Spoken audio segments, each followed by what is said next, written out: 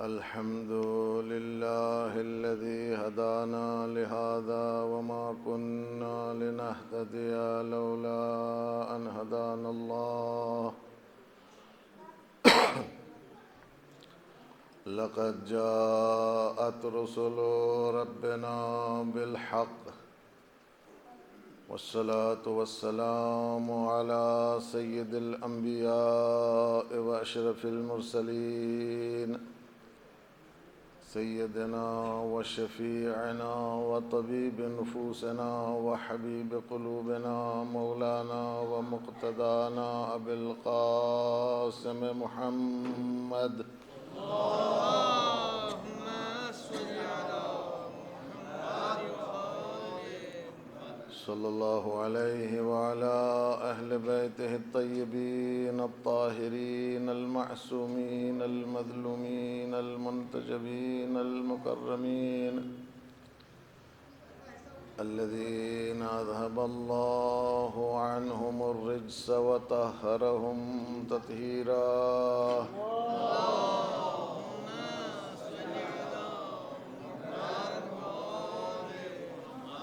سيما بقية الله في الأرضين وحجة الله على العالمين الإمام المنتظر عجل الله تعالى له الفرج وروحي وأرواح العالمين لتراب مقدمه الفداء واللعنة الدائمة الباقية على أعدائهم وقاتليهم وغاصبي حقوقهم ومنكري فضائلهم ومناقبهم أجمعين من عصرنا هذا إلى صباح يوم الدين. أما بعد فقد قال الله الحكيم في كتابه الكريم وهو أصدق القائلين وقوله الحق. بسم الله الرحمن الرحيم. يا أيها الذين آمنوا من يرتد منكم عن دينه فسوف يأتي الله بقوم يحبهم ويحبونه أذلة على المؤمنين أعزة على الكافرين يجاهدون في سبيل الله ولا يخافون لومة لائم ذلك فضل الله يؤتيه من يشاء والله واسع عليم. صدق الله العلي العظيم. صلوات بر محمد وآل محمد.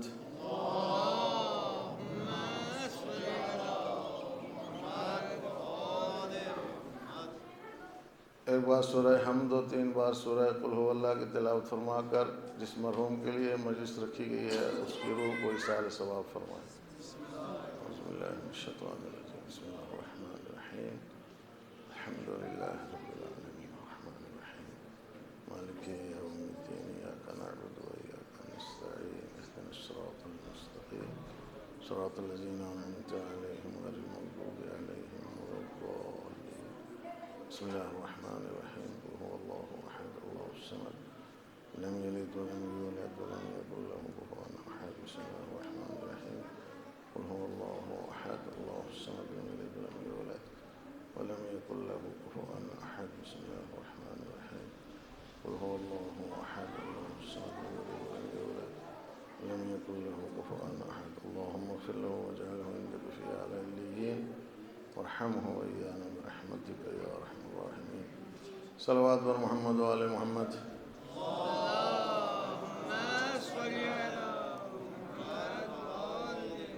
اگر ادھر بیٹھے ہوئے حضرات تھوڑا زحمت کریں آگے آ جائیں تو میرے خیال میں زیادہ اچھا رہے. آگے نزدیک آ جائیں تو بات آسانی سے جو ہے وہ پہنچ جائے گی. زیادہ دور رہنے سے بات نہیں پہنچے گی. سب سے پہلے تو میں آپ حضرات کا شکر گزار ہوں اور خاص طور سے آغا عباس رضوی کا جنہوں نے یہ موقع دیا کہ مجھے آپ کے سامنے ہونے کا شرف حاصل ہوا ہے۔ عزاداران امام حسین علیہ السلام کا دیدار نصیب ہوا، اور ان کے گاؤں میں جن گلیوں میں وہ چلتے ہیں ان میں چلنے کا موقع ملا۔ یہ بڑی بات ہے،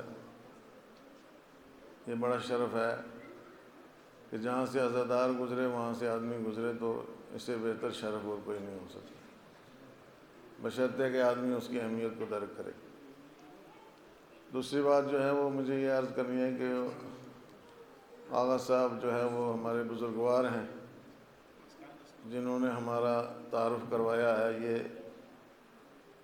ظاہر سی بات ہے کہ میرے اوپر ایک بہت بڑا بوجھ ڈالا ہے انہوں نے۔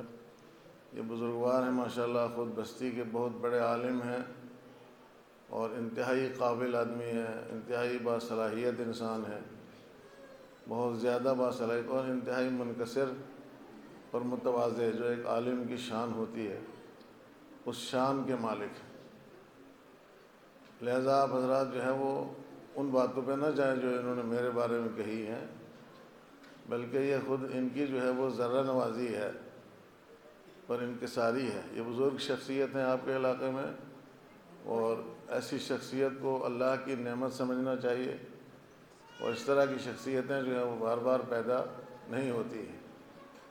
میں کچھ اسی ٹائپ کی گزارشات آپ حضرات کی خدمت میں رکھوں۔ یہاں نوجوان تشریف فرما ہیں جتنے بھی ہیں، بہرحال انشاءاللہ پیغام رسانی کے لیے ایک ہی کافی ہوتا ہے آج کی دنیا میں۔ یہاں تو ماشاءاللہ اچھے خاصے نوجوان بیٹھے ہیں، اگر بات سمجھیں گے تو بات کو پہنچائیں گے انشاءاللہ، منتقل کریں گے بات کو، اور اس کے اوپر عمل کرنے کی بھی کوشش کریں گے۔ ایک صلوات پڑھیں محمد و آل محمد پر۔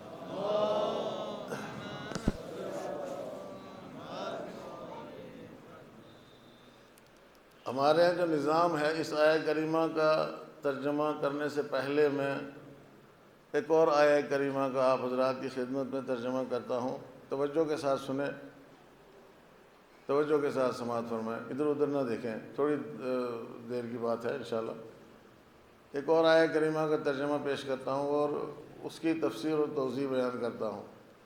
یہ جو آیت میں نے آپ کے سامنے پڑھی ہے، چونکہ میں اس محرم میں اسی کے اوپر زیادہ گفتگو کر رہا ہوں، اور اس کے اندر مضامین وسیع ہیں، مفہوم کافی وسیع مفہوم ہے، تو وہ ساری باتیں اس کے ذیل میں آ جاتی ہیں، خود بخود اس چتر کے نیچے آ جائیں گی جو میں آپ کے سامنے پیش کروں گا ابھی۔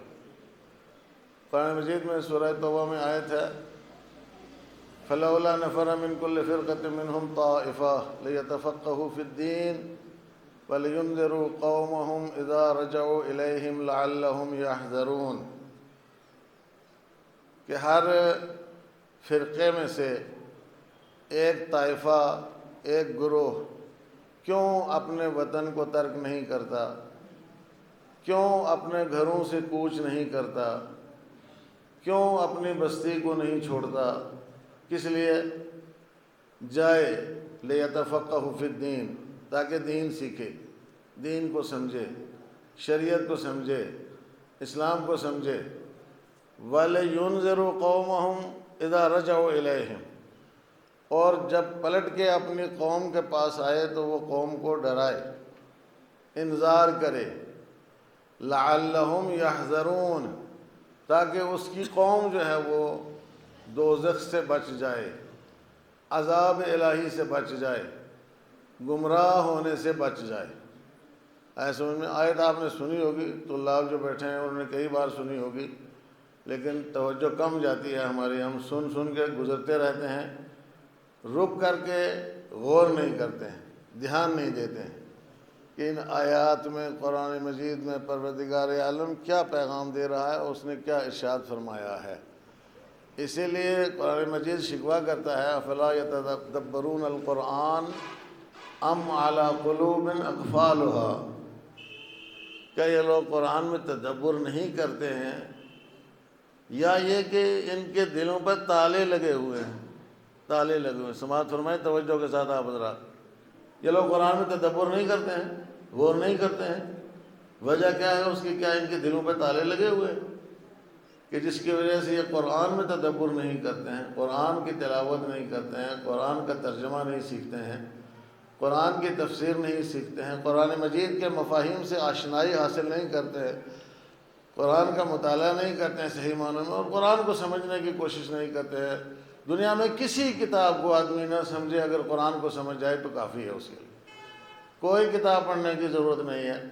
اگر ایک قرآن انسان پڑھ لے، صحیح طریقے سے سمجھ جائے اس کے مفاہیم کو، تو سب کچھ اس کے اندر موجود ہے۔ توجہ کی آپ نے، آپ کو ذکر خدا کرنا ہے تو قرآن پڑھو، ذکر اہل بیت علیہ السلام کرنا ہے تو قرآن پڑھو، سمجھ میں آیا؟ فضائل اہل بیت علیہ السلام بیان کرنا ہے تو قرآن پڑھو۔ قرآن میں ذکر خدا بھی ہے، قرآن میں ذکر اہل بیت ہے، قرآن میں فضائل اہل بیت علیہ السلام ہے، قرآن میں ہر خشک و تر موجود ہے۔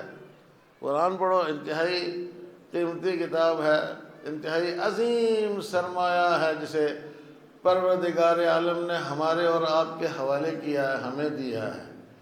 کل کوئی بندہ جا کے خدا کے حضور میں یہ نہیں کہہ سکتا ہے کہ خدایا میرے پاس تھا کیا، میرے پاس کچھ نہیں تھا، میں غریب تھا۔ اللہ پوچھے گا تو غریب تھا، تیرے پاس قرآن نہیں تھا؟ تیرے پاس قرآن نہیں تھا؟ کہا جی قرآن تو تھا رکھا ہوا۔ کہا تو کیا استفادہ کیا تو نے اس سے؟ جس کے پاس قرآن مجید، مجھے حدیث کی باتیں میں عرض کر رہا ہوں آپ کے سامنے، اپنی طرف سے نہیں کر رہا، ساری حدیثیں ہیں، مولانا گواہی دیں گے اس بات کی۔ جس کے پاس قرآن مجید رکھا ہو اور یہ کہے کہ صاحب میرے پاس کچھ نہیں ہے، میں غریب ہوں، وہ جھوٹا ہے، وہ سچا نہیں ہے۔ قرآن اس کے پاس ہے تو اپنے آپ کو کہو کہ میں غریب ہوں نہیں، یہ سرمایہ ہے جو پروردگار عالم نے ہمیں اور آپ کو دیا ہے، جس کو ہم محسوس نہیں کرتے ہیں۔ یہ معمولی چیز نہیں ہے، یہ لوح محفوظ سے تحفہ ہے پروردگار عالم کا اپنے بندوں کے لیے۔ کل وہ بندوں سے پوچھ سکتا ہے کہ میرے بندو میں نے وہ چیز تمہیں دی ہے جو میرا کلام تھا، جو میرا کلام تھا، میں نے اپنا کلام تمہیں دیا ہے، آئے سمجھ میں؟ اپنا کلام تمہارے حوالے کیا ہے، اپنی زبان تمہیں دی ہے، تو تم اپنا کلام مجھے کیوں نہیں دیتے ہو؟ تم اپنی زبان مجھے کیوں نہیں دیتے ہو؟ سمجھ میں آ رہی ہے بات آپ کی؟ اردو زبان ہے، پتہ نہیں یہ جملوں کے آپ مفہوم صحیح طریقے سے سمجھ پا رہے ہیں یا نہیں پا رہے ہیں۔ اللہ نے اپنا کلام دیا ہے، اللہ نے اپنی زبان دی ہے، سمجھ میں آیا آپ کے؟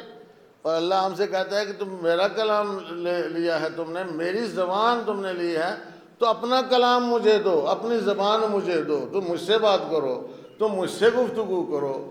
یہ زبان جو میں نے تمہیں دی ہے، اس کو تم میرے ذکر کے لیے استعمال کرو، قرآن مجید کی تلاوت کے لیے استعمال کرو، تمہیں دنیا و آخرت میں جو چاہیے وہ تمہیں مل جائے گا۔ ایک صلوات پڑھے محمد و آل محمد۔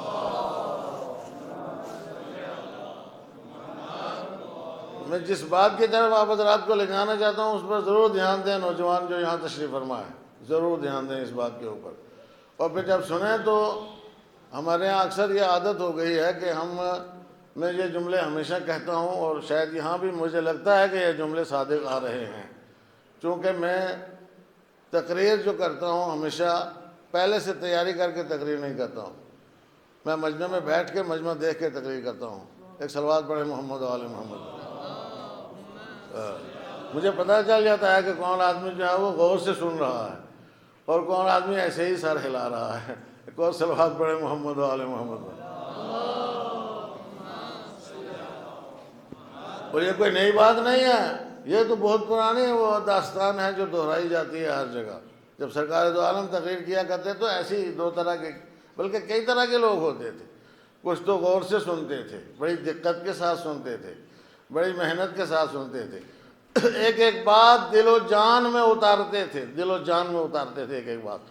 اور کچھ لوگ ایسے ہی سر ہلا کے چلے جاتے تھے۔ ایک صلوات پڑھے محمد و آل محمد۔ وجہ کیا ہے؟ وجہ یہ ہے کہ جس کو عمل کرنا ہے وہ دقت سے سنے گا، غور سے سنے گا۔ جس کو ایک کان سے سن کے دوسرے سے نکال دینا ہے تو وہ ظاہر سی بات ہے کہ وہ سر ہلائے گا اور چلا جائے گا، جتنا کچھ ہے ادھر ہی چھوڑ کے جائے گا، یہاں سے باہر لے کے کچھ نہیں جائے گا امام باڑے کے اندر۔ اور آج تک سب سے بڑی ٹریجڈی جو ہے ہماری شیعوں کی یہی ہے کہ ہم نے اتنا سنا ہے، اتنا سنا ہے، اتنا سنا ہے کہ جس کی کوئی حد نہیں۔ کون سی بات ہے جو ہم نے نہیں سنی ہے؟ کون سی فضیلت ہے علی کی جو ہم نے نہیں سنی ہے؟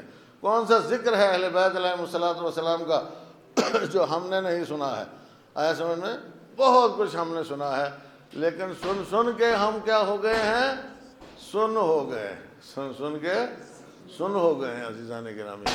اور اب کسی بات کا ہمارے اوپر اثر ہی نہیں ہوتا ہے، چاہے جتنی بڑی بات کوئی کہہ کے گزر جائے، ہمارے اندر تبدیلی نہیں آتی ہے، ہمارے اندر تڑپ پیدا نہیں ہوتی ہے، ہمارے اندر بیداری نہیں آتی ہے، ہم پریشان نہیں ہوتے ہیں کہ یار یہ تو وہی بات ہے جس کو ہم نے اتنی بار سنا ہے اور اس کی اتنی اہمیت ہے، اور تبدیلی نہیں آتی ہے، انقلاب نہیں آتا ہے ہمارے اندر، صرف اس وجہ سے کہ ہم دھیان نہیں دیتے ہیں۔ توجہ کیا آپ نے؟ تو میں یہ بات آپ حضرات کی خدمت میں عرض کرنا چاہ رہا ہوں، اس کے اوپر دھیان دیں اچھے طریقے سے، کہ قرآن مجید میں پروردگار عالم کہتا ہے کہ کچھ لوگ جائیں اپنی بستی سے، جائیں من کل فرقتن، من کل ہر فرقے سے۔ یہاں یہ جو آپ کا گاؤں ہے اس کا نام ہائی گام ہے، ہائی گام، ہائی گام کے رہنے والے لوگ ایک فرقہ ہیں قرآن کی زبان میں۔ وہ فرقہ نہیں جو ہمارے ہاں فرقہ بندیاں چلتی ہیں، وہ فرقہ نہیں، یہ قرآنی فرقہ ہے، یہ الہی فرقہ ہے جس کو اللہ نے فرقہ بنایا، ہائی گام میں بسا کے اللہ نے اس کو ایک فرقہ بنایا۔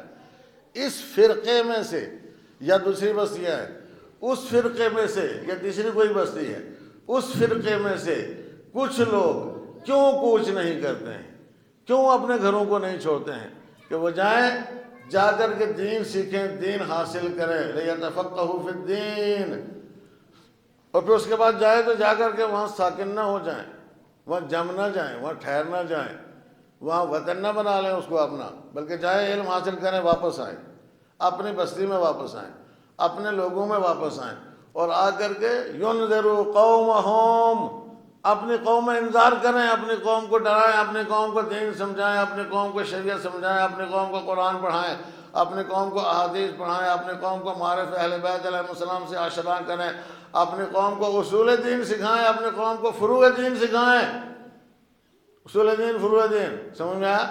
یہ سکھائیں اپنے قوم کو اخلاقیات اسلامی، اخلاقیات قرآنی، اخلاقیات اہل بیت، فرہنگ اہل بیت، ثقافت اہل بیت، تمدن اہل بیت علیہ السلام سکھائیں، حیات اہل بیت علیہ السلام آ کے اپنی قوم کو سکھائیں، لعلہم یحذرون، تاکہ یہ بچ سکیں۔ کس کس چیز سے بچ سکیں؟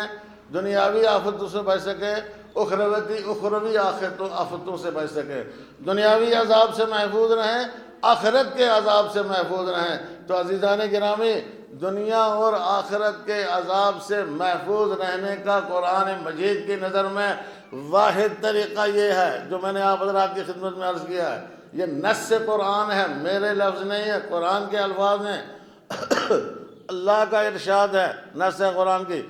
دنیا کے عذاب سے بچنا ہے تو یہی طریقہ اختیار کرنا پڑے گا، آخرت کے عذاب سے بچنا ہے تو یہی طریقہ اختیار کرنا پڑے گا، اور یہ طریقہ معمولی طریقہ نہیں ہے، بلکہ یہ وہ طریقہ ہے کہ جو اہل بیت علیہ السلام نے اختیار بھی کیا ہے، اور اہل بیت علیہ السلام نے سمجھایا بھی ہے اور بتایا بھی ہے۔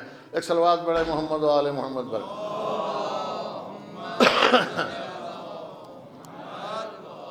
حدیث ہے، مشہور حدیث ہے پیغمبر کی، علماء تشریف فرمائے، طلاب تشریف فرمائے یہاں پہ، اطلبوا العلم ولو کان بالسین، علم حاصل کرنے کے لیے جاؤ، علم تلاش کرو، علم سیکھو، چاہے تمہیں چین جانا پڑے۔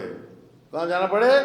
چین۔ اس وقت عربستان سے چین کا سفر بھی بہت مشکل تھا، فاصلہ بھی کافی تھا، آج بھی فاصلہ تو اتنا ہی ہے، سفر تھوڑا آسان ہو گیا ہے، اور اب چین جانے کی ضرورت نہیں رہ گئی ہے۔ سمجھ میں بات کی اہمیت کو سمجھانے کے لیے سرکار دو عالم نے بتایا تھا کہ علم حاصل کرو چاہے تمہیں چین جانا پڑے۔ تو کس کے لیے کہا تھا؟ میرے لیے کہا، مولانا صاحب کے لیے کہا، یا بستی کے جو دوسرے علماء ہیں ان کے لیے کہا، یا ہم سب کے لیے کہا جو یہاں بیٹھے ہوئے ہیں؟ روح سخن کس کی طرف ہے؟ ہماری طرف ہے؟ کچھ مخصوص لوگوں کی طرف ہے؟ نہیں، مخصوص لوگوں کی طرف نہیں ہے، روح سخن پوری بستی کی طرف ہے، پورے علاقے کی طرف ہے، پوری امت مسلمہ کی طرف ہے، سارے شیعوں کی طرف روح سخن ہے کہ تم سب کے سب علم حاصل کرو چاہے تمہیں چین جانا پڑے۔ توجہ کیا ہم نے؟ سب علم حاصل کرو، اور علم حاصل نہیں کرو کہ تو تمہارا کچھ بھی بھلا نہیں ہو سکتا ہے۔ علم حاصل کیے بغیر معرفت نہیں آ سکتی ہے، اور جب تک معرفت انسان کے اندر نہ آئے عبادت نہیں ہو سکتی ہے، اطاعت نہیں ہو سکتی ہے، بندگی نہیں ہو سکتی ہے، فرما برداری نہیں ہو سکتی ہے۔ ایک صلوات پڑھیں محمد و آل محمد پر۔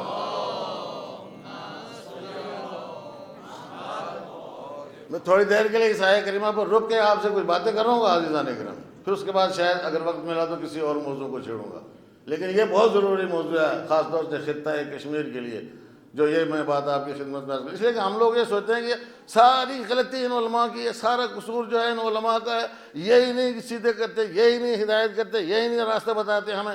بابا کیا قصور ہے علماء کا یار؟ انہوں نے اپنا فریضہ پورا کیا ہے، وہ گئے جا کے علم حاصل کیا، واپس آئے بیٹھے ہیں آپ کے سامنے۔ آگے سمجھ میں ہر بستی میں عالم موجود ہے یا نہیں ہے؟ یہاں ہر بستی میں عالم موجود ہے؟ میں آپ لوگوں سے پوچھتا ہوں اس بستی کے کتنے لوگ جو ہے وہ عالم کے پاس مسئلہ دریافت کرنے کے لیے جاتے ہیں؟ امام باڑے میں بیٹھے ہیں آپ حضرات، امام حسین کے محضر میں بیٹھے ہیں آپ حضرات، بی بی فاطمہ زہرا سلام اللہ علیہا کے حضور میں بیٹھے ہیں، جناب سرکار دو عالم احمد مجتبیٰ محمد مصطفیٰ صلی اللہ علیہ وآلہ وسلم کے حضور میں ہم سب لوگ بیٹھے ہیں۔ ہمیں یہ بتائیے کتنے لوگ جاتے ہیں جا کے عالم سے علم حاصل کرنے کی کوشش کرتے ہیں، عالم سے پوچھنے کے لیے جاتے ہیں؟ تو پھر کیا سوچ کے رکھا ہوا ہے ہم نے؟ کیا سوچ کے رکھا ہوا ہے؟ کیسے ہماری نجات ہوگی؟ کیسے ہماری کون بخشوا دے گا ہمیں؟ کون بخشوائے گا بھائی؟ امام حسین علیہ الصلوۃ والسلام۔ بابا امام حسین اگر آئے بھی تو میرے گھر میں نہیں آئیں گے، آپ یقین مانیں، تم چاہے جتنے علم سجا کے رکھو، تم چاہے جتنے تعزیے سجا کے رکھو، ان کے اوپر جتنا سونا چڑھا کے رکھو، سمجھ میں آیا؟ جو کچھ مرضی چڑھا کے رکھو ان کے اوپر، اور صبح شام دھونی رما کے وہاں پہ بیٹھے رہو تعزیے اور علم کے سامنے۔ اگر امام حسین یا امام زمانہ بستی میں داخل ہوئے تو سب سے پہلے عالم کا گھر پوچھیں گے، عالم کا گھر کون سا ہے؟ اس لیے کہ یہ نظام ہے، یہ سسٹم ہے، ہمارا شیعوں کا نظام ہے، شیعوں کا سسٹم یہ ہے، شروع سے لے کے آج تک یہ نظام چلا آ رہا ہے۔ کیوں پوچھیں گے وہ کسی اور آدمی کے بارے میں؟ کیوں کسی تاجر کے بارے میں پوچھیں گے؟ کیوں کسی دولت مند کے بارے میں پوچھیں گے؟ کیوں کسی بڑے تیسمار خان کے بارے میں پوچھیں گے؟ کیوں کسی بڑے سیاست مدار کے بارے میں پوچھیں گے؟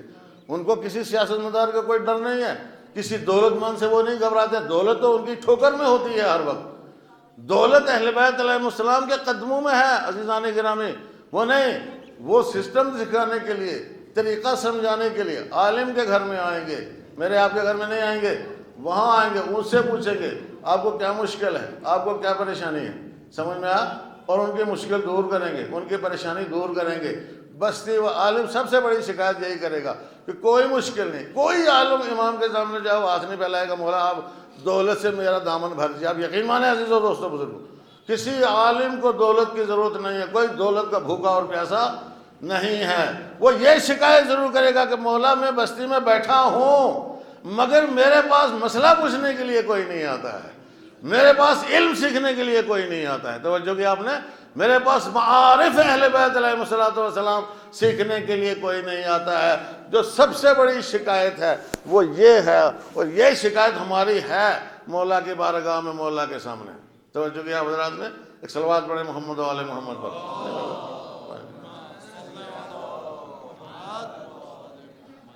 مت دور جاؤ ادھر ادھر، یہاں بیٹھ کر یہ نہ سوچو کہ ایران میں کیا ہو رہا ہے، عراق میں کیا ہو رہا ہے، نجف میں کیا ہو رہا ہے، فلاں جگہ پہ کیا ہو رہا ہے، فلاں جگہ پہ کیا ہو رہا ہے۔ توجہ کی آپ نے، لمبی چوڑیاں مت ہنکو، زیادہ دور جانے کی ضرورت نہیں ہے، اپنی بستی کو دیکھو یہاں کیا ہو رہا ہے۔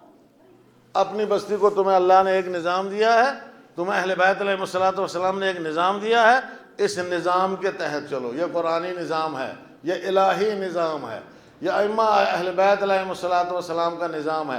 اسی نظام کے اوپر انہوں نے اپنے ظہور کے زمانے میں شیعوں کو چلایا ہے، اور غیبت کے زمانے میں یہ کہا ہے کہ اسی نظام کے مطابق چلو۔ اما الحوادث الواقعہ فرجعوا فیہا الی روات احادیثنا، جو نئے نئے واقعات تمہارے سامنے پیش آتے ہیں، نئے نئے حوادث تمہارے سامنے پیش آتے ہیں، تو ان میں تم رجوع کرو الی روات احادیثنا، ان لوگوں کی طرف رجوع کرو جو ہمارے احادیث کی روایت کرتے ہیں، جو ہمارے احادیث کو بیان کرتے ہیں۔ تم کس کے پاس جاؤ گے مجھے یہ بتاؤ؟ پہلے ایک صلوات پڑھیں محمد و آل محمد پر۔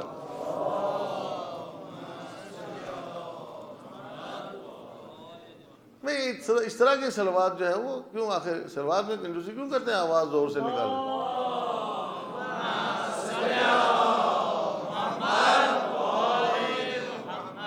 دیکھیے میں ایک بات بتاؤں، جان بوجھ کے صلوات اگر دھیمی آواز میں پڑھیں گے فرشتے اپنے کان بند کر لیتے ہیں، وہ ہم اس کی صلوات نہیں سنیں گے۔ جب تک اونچی آواز سے صلوات نہیں پڑھے گا تب تک اس کی کیونکہ صلوات سننے میں ان کو بڑا مزہ آتا ہے فرشتوں کو.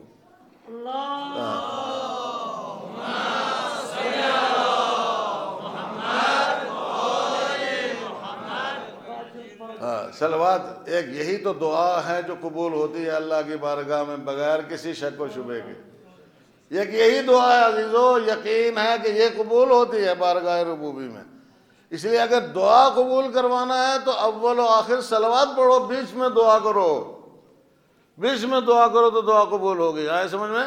اور کوئی طریقہ نہیں دعا قبول کروانے کا. بہرحال ایک اور صلوات پڑھیں بآواز بلند. صلی اللہ محمد وآل محمد وعجل فرجہ. بعد میں جو بات عرض کر رہا تھا، ادھر ادھر مت جاؤ. اپنی بستی کو ٹھیک کرو پہلے. اپنے علاقے کو ٹھیک کرو پہلے. اپنی بستی کا جو عالم ہے اس کو مہجور نہ کرو، اس کو ایسا نہ بنا دو. توجہ کی آپ نے کہ کل وہ تمہاری شکایت کرے جا کے خداوند عالم کی بارگاہ میں. اللہ نے 3 چیزوں کو قیامت کے دن شکایت کرنے کا حق دیا ہے. شکایت کرنے کا حق 3 چیزوں کو دیا ہے. ایک وہ مسجد جو آپ نے تعمیر کی ہے اور اس میں نماز نہیں ہوتی ہے صحیح طریقے سے. مسجد میں نماز نہیں ہوتی ہے، مسجد آپ نے بنائی دی ہے. مسجد شکایت کرے گی کہ بھائی یہاں کوئی نماز نہیں پڑھتا تھا. لہذا مسجد بنانے سے پہلے 1000 بار سوچو کہ بنائی ہے تو اس کو آباد رکھنا ہے، اور جو طریقہ ہے آباد رکھنے کا اس طرح آباد رکھنا ہے. شایان شان طریقے سے مسجد کو آباد رکھنا ہے. توجہ کی آپ نے. اور دوسرا وہ قرآن مجید جو گھروں میں رکھا ہوا ہے اس کی تلاوت نہیں ہوتی ہے، تلاوت نہیں کرتے لوگ قرآن کی، اور وہ گھروں میں رکھا ہوا ہے. وہ قرآن شکایت کرے گا کہ کسی نے مجھے کھول کر کے میری تلاوت نہیں کی، مجھے پڑھا نہیں ہے. اور تیسرا بستی کا وہ عالم جو تمہاری بستی میں موجود ہے. سمجھ میں آیا؟ تمہاری بستی میں موجود ہے اور کوئی اس سے شرعی مسئلہ دریافت کرنے کے لیے نہیں جاتا ہے، شرعی مسئلہ پوچھنے کے لیے نہیں جاتا ہے، اس کو قیامت کے دن شکایت کرنے کا حق ہے. اور یاد رکھو کہ جب پروردگار عالم بستی والوں کے، اس کا مطلب کیا ہے، بستی والوں کے اعمال کا حساب کرنے سے پہلے اس آیت کریمہ کی روشنی میں یوم ندعو کل اناس بامامہم، آج تمام لوگوں کو ہم ان کے امام کے ساتھ بلائیں گے. توجہ کیا آپ نے؟ تو بستی کا جو امام ہوگا پروردگار عالم اس کے ساتھ لوگوں کو محشور کرے گا. ایک صلوات پڑھیں محمد و آل محمد پر.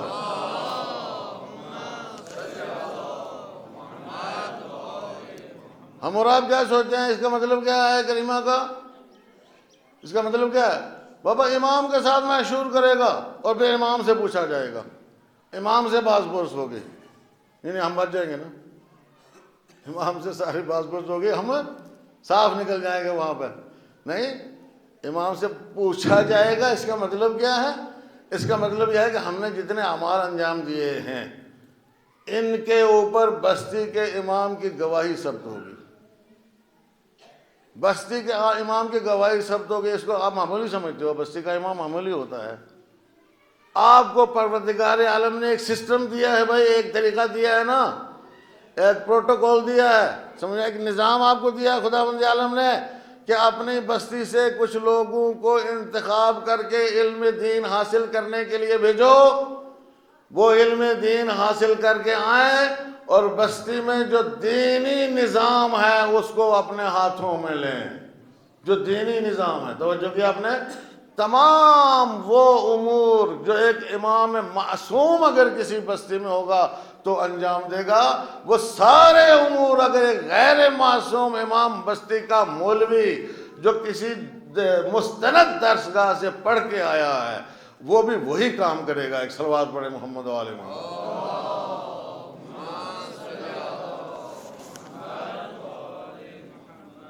آپ حضرات کی سمجھ میں بات آ رہی ہے یا نہیں آ رہی ہے؟ بھائی اگر آ رہی ہے تو کم سے کم کچھ پتہ چلے نا کہ بات سمجھ میں آ رہی ہے نا، کہ یہ بات صحیح ہے یا غلط ہے. اگر کسی کو کوئی اعتراض ہے تو وہ لکھ کے بھیجو میرے پاس، سوال لکھ کے بھیجو میرے پاس تاکہ میں اس کا جواب دوں. ادھر ہی بعد میں نہیں باتیں کرنا. حجت تمام ہو جاتی ہے ایک ہی گفتگو میں. سمجھ میں آیا؟ ایک ہی گفتگو میں حجت تمام ہو جاتی ہے. غدیر ایک دن ہوئی تھی اور آج تک حجت تمام ہے ساری دنیا کے اوپر. ایک دن ہوئی غدیر یا بار بار ہوئی؟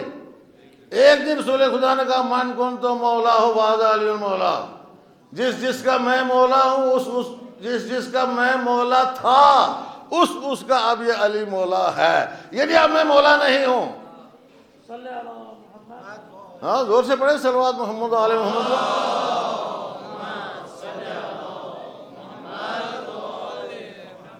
کہا جس کا میں مولا تھا اس کا علی مولا ہے، یعنی آج کے بعد میں مولا نہیں ہوں، آج کے بعد علی مولا ہے. آج کے بعد علی مولا ہے. غدیر میں سرکار دو عالم نے نبوت کے پاس جو چارج تھا وہ امامت کے حوالے کیا. جو نبوت کے پاس چارج تھا وہ امامت کے حوالے کیا، اور نبوت اپنا بوریا سمیٹ کے چلی گئی، چونکہ خاتم النبیین کے بعد کوئی نبی آنے والا نہیں ہے. اس کا مطلب یہی تو ہوا نا کہ نبوت گئی، اب امامت کا دور ہے. تو وہ ایک دن تھا نا، ایک دن تھا، پوری دنیا کے اوپر حجت تمام ہو گئی اسی ایک گفتگو میں. اب بار بار یہ کہنے کی ضرورت نہیں ہے، اسی ایک گفتگو میں حجت تمام ہوگی. عزیزان گرامی، ہم اور آپ جب آمنے سامنے ہوتے ہیں تو ایک گفتگو میں حجت تمام. بات سمجھ میں آ گئی ہے تو کو ٹھیک ہے، نہیں سمجھ میں آئی اعتراض کرو، سمجھ میں آیا میں اس کا جواب دوں گا، یا نہیں دے پایا بعد میں جا کر کے جواب بھیجوں گا. لیکن ہے یہی سسٹم جو میں آپ کو بتا رہا ہوں، اور ہمیں دھوکہ ہو رہا ہے، ہم دھوکہ کھا رہے ہیں. ہم لوگ دھوکہ کر رہے ہیں، ہم کچھ اور سوچے ہوئے بیٹھے ہیں بھائی کہ جب تک علی نہیں آ جائیں گے ہماری ہدایت نہیں ہو سکتی ہے، جب تک امام زمانہ نہیں آ جائیں گے ہماری ہدایت نہیں ہو سکتی ہے. امام زمانہ نے یہ نظام جو ہے وہ علماء کے حوالے کیا ہے. فرجعوا الی رواۃ احادیثنا، جو ہماری احادیث کی روایت کرتے ہیں تمہیں بتاتے ہیں ان کی طرف رجوع کرو. تو تم کس کی طرف رجوع کرو گے مجھے یہ بتاؤ. سب سے پہلے ایک صلوات پڑھیں محمد و آل محمد پر.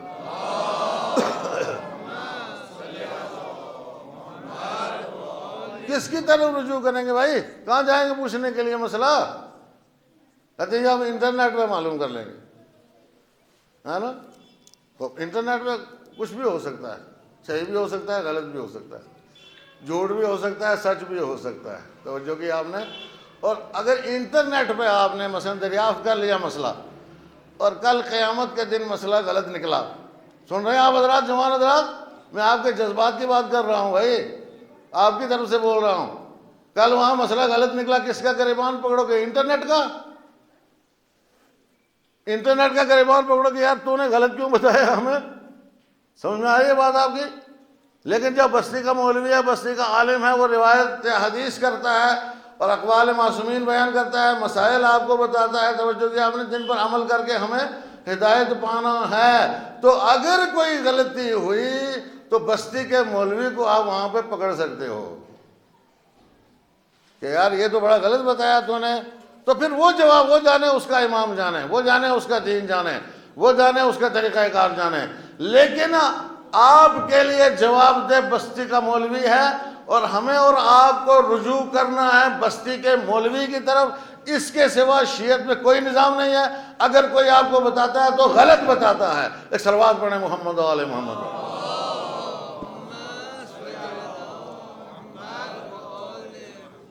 میں منبر رسول سے یہ بات پوری ذمہ داری کے ساتھ آپ کی خدمت میں عرض کر کے جا رہا ہوں، پوری ذمہ داری کے ساتھ. اس لیے کہ قرآن نے بتایا، یہی بتایا نا کہ لِيُنذِرُوا قَوْمَهُمْ إِذَا رَجَعُوا إِلَيْهِمْ، تاکہ پلٹ کر کے جب آئیں تو اپنی قوم کو ڈرائیں. اور امام نے بتایا فَارْجِعُوا إِلَىٰ رُوَاةِ أَحَادِيثِنَا، تم رجوع کرو ہماری حدیثوں کی روایت کرنے والوں کی طرف جو حدیثیں نقل کرتے ہیں. توجہ کی آپ نے. تو تم بستی کے امام کو چھوڑ کے کس کے پاس جاؤ گے؟ اپنی بستی کے امام کو چھوڑ کے کس کے پاس جاؤ گے؟ کوئی راستہ نہیں ہے میرے عزیزوں، دوستوں، بزرگوں، جوانوں، ساتھیوں، کوئی راستہ نہیں ہے، کوئی راستہ نہیں ہے اس کے علاوہ. جو تمہاری بستی کا مولوی ہے وہ تمہارے لیے حجت ہے، وہ تمہارے لیے حجت ہے، امام کی طرف سے حجت ہے، امام کی طرف سے مقرر کردہ ہیں. امام نے اس نظام کو رائج کیا ہے، امام نے اس نظام کو لاگو کیا ہے، اور وہ پردہ غیب میں دیکھ رہے ہیں. توجہ کی آپ نے، وہ دیکھ رہے ہیں پردہ غیب میں. اس کا ایک بڑا مفہوم تو ساری دنیا جانتی ہے نا کہ بھائی تم مراجع کی تقلید کرو. اگر کوئی علم میں بہت زیادہ اونچا نہیں ہے تو مثلا اس کی تقلید کرے جو علم میں آگے بڑھ چکا ہے بہت زیادہ. ایسا سمجھیں، مجتہد ہے اس کی تقلید کرو، یہ بات ہے اپنی جگہ کے اوپر، اس میں کوئی دو رائے نہیں ہے، لیکن عزیزو دوستو ہر قدم پر آپ جو ہے وہ مجتہد کو نہیں پکڑ سکتے ہو۔ آپ مجتہد کے پیچھے نماز پڑھو گے، یہاں بلا کے مجتہد کو اس کے پیچھے نماز پڑھو، نماز آپ کو کون پڑھائے گا؟ آپ کے نکاح کون پڑھتا ہے؟ آپ کے جنازے کون پڑھاتا ہے؟ آپ کے جو بچوں کا ختنہ کرتے ہو دعا کون پڑھتا ہے آ کر کے؟ اور مختلف فاتحہ پڑھواتے ہو، کون آتا ہے فاتحہ پڑھنے کے لیے؟ سارے امور کے لیے تو بستی کا مولوی ہے نا، اور اسی بستی کے مولوی کا کام ہے کہ آپ جس کی تقلید کرتے ہو اس کا مسئلہ آپ کو بتائے گا، آپ کو خود مسئلے کا پتہ نہیں چل سکتا ہے۔ توجہ کی آپ نے، اور یہ بہت تفصیل طلب مسائل ہیں، میں آپ کی خدمت شارٹ عرض کر دوں کہ مسئلہ اگر آپ دریافت کرنا چاہیں کسی سے تو آپ کے لیے کیسے ثابت ہوگا کہ یہ ہمارے مرجع تقلید کا مسئلہ ہے؟ تاکہ دو عادل گواہی دیتے ہیں یا ایک معتبر انسان جو ہے وہ نقل کر دے تو آپ کے لیے ثابت ہو جاتا ہے کہ یہ ہمارے مرجع تقلید کا مسئلہ ہے۔ تو بستی کے عالم سے بڑا معتبر اور کون ہو سکتا ہے؟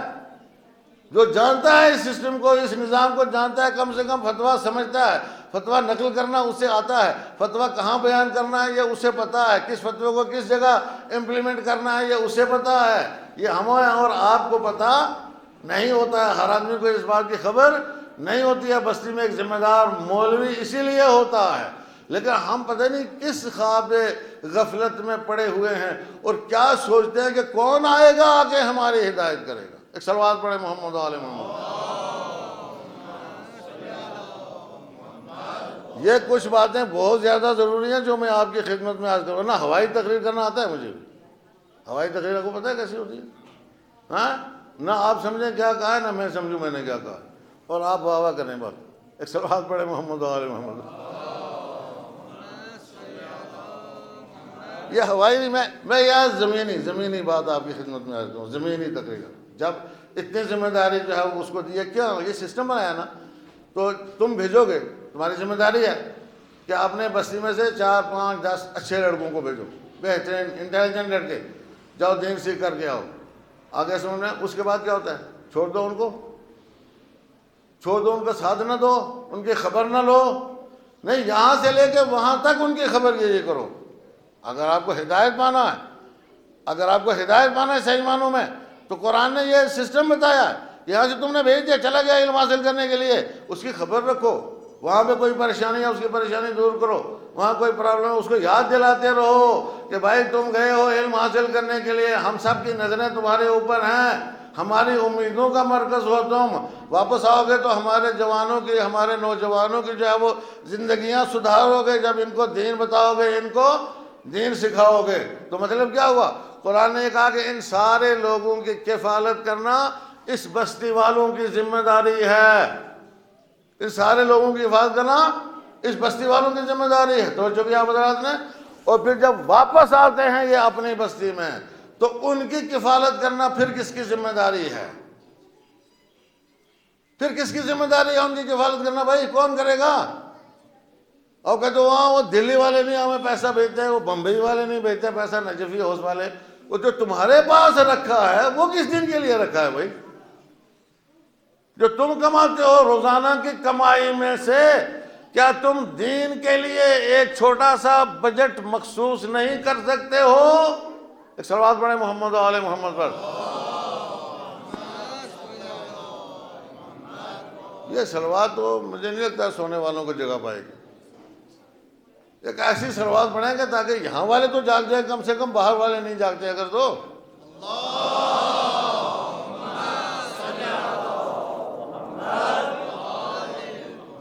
بھائی ہمارا تو دعویٰ ہے کہ ہم ساری دنیا کو جگانے والے ہیں، اور امامباڑے کے اندر بیٹھے ہوئے لوگ جو ہے ہماری صلوات سے نہیں جاگتے ہیں، تو پھر دنیا کو کہاں جگا پاؤ گے تم لوگ؟ ایک اور صلوات پڑھیں بآواز بلند محمد و آل محمد پر۔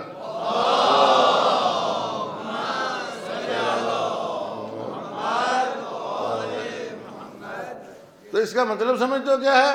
اس کا مطلب یہ ہے کہ تمہارے حلال کی کمائی میں کمانے والے لوگ سو رہے ہیں۔ ایک صلوات پڑھے اور محمد و آل محمد پر۔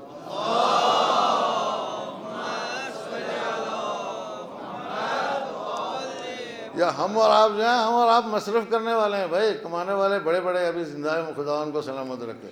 ہم اور آپ تو ابھی کھانے والے ہیں نا، کمانے والے بنیں گے انشاءاللہ، دیکھیں۔ لیکن میں آپ کو بھی سمجھا رہا ہوں کہ بھائی جو حلال کی کمائی ہے اس میں سے دین کے لیے پروردگار عالم نے بجٹ رکھا ہوا ہے، اگر وہ پورا ہو جاتا ہے تو کوئی پریشانی والی بات نہیں ہے، اگر وہ نہیں پورا ہوتا ہے تو پھر آپ کو جو وہ 80% بچتا ہے اس میں سے دینا پڑے گا۔ بات سمجھ میں آ رہی ہے یا نہیں آ رہی ہے؟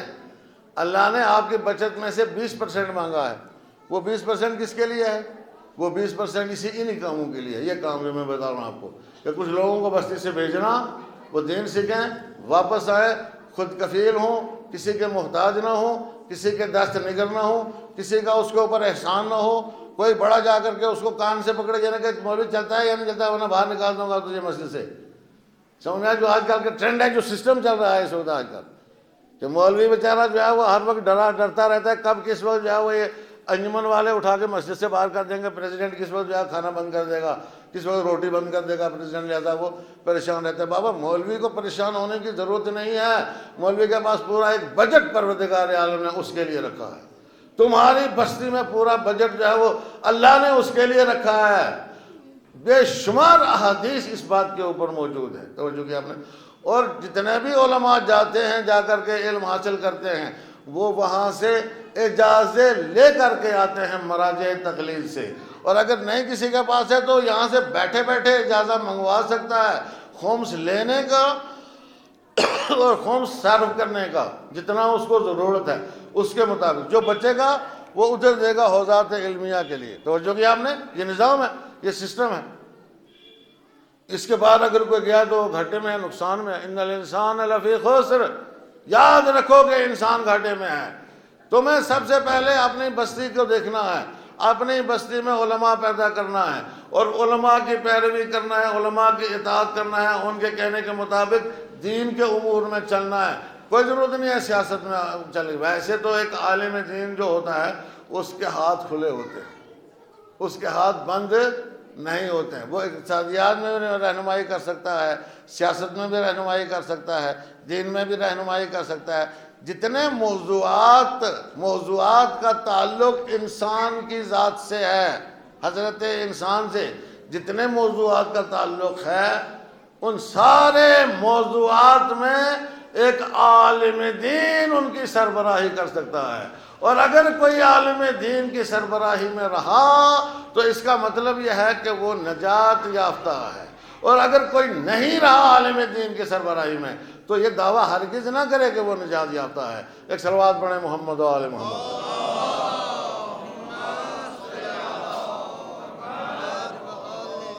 بس چند باتیں اور آپ کی خدمت میں عرض کرنا، شاید ابھی تو اتنا زیادہ وقت نہیں ہوا ہے کیونکہ آپ لوگ تو ماشاءاللہ کھا پی کے آ کے بیٹھے ہو، اور یہ نقصان بھی ہوا۔ میں نے عباس صاحب سے کہا تھا بھائی ان کو پہلے مجلس سننے دو، ہمیں ان کی باتیں سننے دو، باتیں کرنے دو، اس کے بعد کھانا کھلانا۔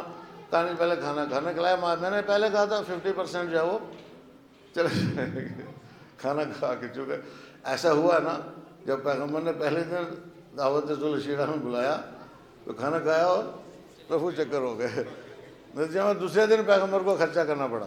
سمجھ میں آیا؟ پھر علی سے کہا پھر کچھ تیار کرو، بلاؤ، آج پھر بلاؤ، آیا سمجھ میں، پھر بلاؤ۔ تو دوسرے دن بھی کھانا کھایا اور بھاگ لی۔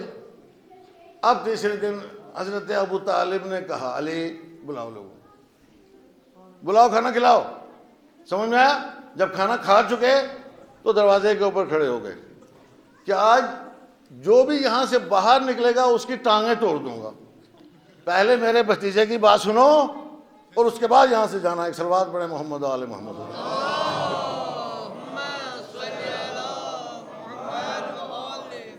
سمجھ میں آیا؟ وہ ابو طالب جس کو لوگ کہتے ہیں انہوں نے کلمہ نہیں پڑھا تھا، بابا انہوں نے تو ڈنڈا لے کے کلمہ پڑھوایا، سب پہلے دن ڈنڈا لے کے کلمہ پڑھوایا، کہا یہاں سے جو جائے گا اس کی ٹانگیں توڑ دوں گا، پہلے میرے بھتیجے کی بات سنو اس کے بعد باہر جانا۔ کیا مطلب تھا اس کا؟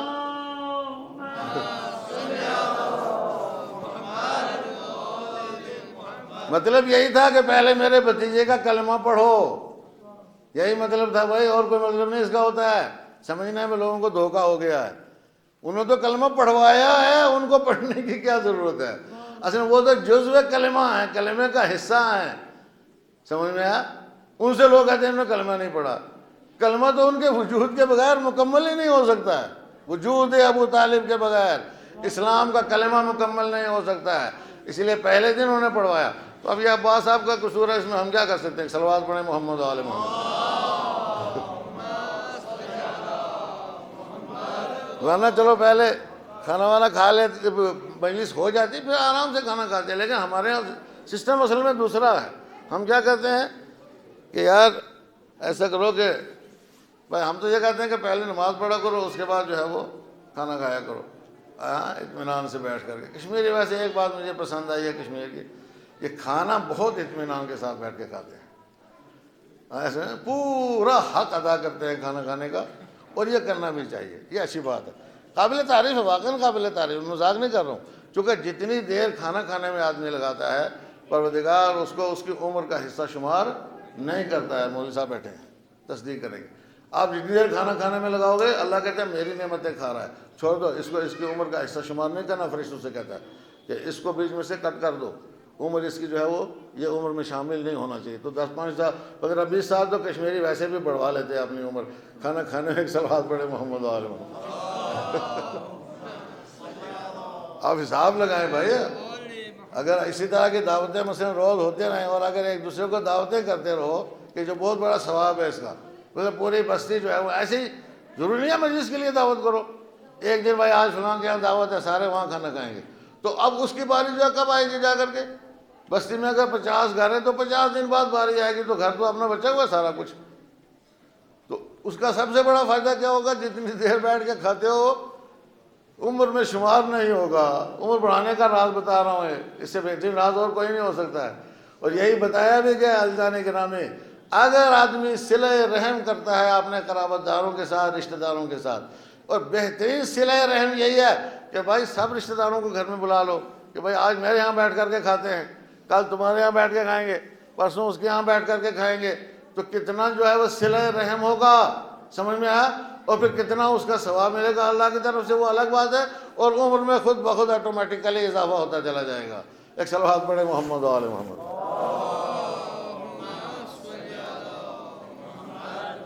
لیکن آج کی جو اصلی بات ہے عزیزان گرامی، اس کو مت بھولنا. جو اصلی بات میں نے عرض کی، جو میں نے طریقہ آپ کو بتایا، قرآنی طریقہ ہے، احادیث کا طریقہ ہے، امام زمانہ کا طریقہ ہے. سمجھ میں آیا؟ یہی طریقہ ہے. بستی کے مولوی بستی کے ذمہ دار ہیں، کوئی دوسرا کسی جگہ کا آپ کی بستی کا ذمہ دار نہیں ہے. ہاں اگر آپ کی بستی میں نہیں ہے کوئی نہیں ہے تو آپ کسی کو بلاؤ. لیکن بلانے کا مطلب یہ نہیں ہے کہ وہ آپ کے یہاں نوکر ہو گیا، ملازم ہو گیا. بلانے کا مطلب یہ ہے کہ پورا صاحب اختیار ہے. آپ کے یہاں جتنا خمس نکلتا ہے، جتنی زکوٰۃ نکلتی ہے، جتنا فطرہ نکلتا ہے، جو شرعی حقوق آپ کے ہاں ہیں، اگر بستی میں مولوی موجود ہے اور آپ اس کو لے جا کر کے کسی دوسرے کو دیتے ہو، تو میں منبر کی قسم کھا کر کے کہہ رہا ہوں کہ آپ یہ دعویٰ نہیں کر سکتے ہو کہ ہم نے حق ادا کیا ہے. ایک صلوات پڑھے محمد علیہ.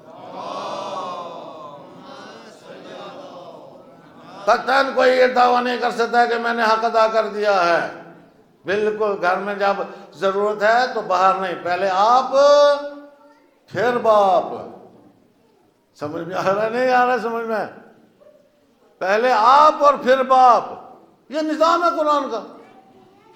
اس نظام کو اگر نہیں سمجھو گے تو نقصان اٹھاتے رہو گے، جیسے نقصان ہم نظام اٹھا رہے ہیں اس سے پہلے، اس کے بعد بھی نقصان ہوتا رہے گا. اور اگر کوئی یہ باتیں ممبر سے آپ کو نہیں بتاتا ہے تو غلط کرتا ہے، وہ کتمان حق کرتا ہے، اللہ کی آیات کو چھپاتا ہے، مخفی کرتا ہے. توجہ کیا ہم نے؟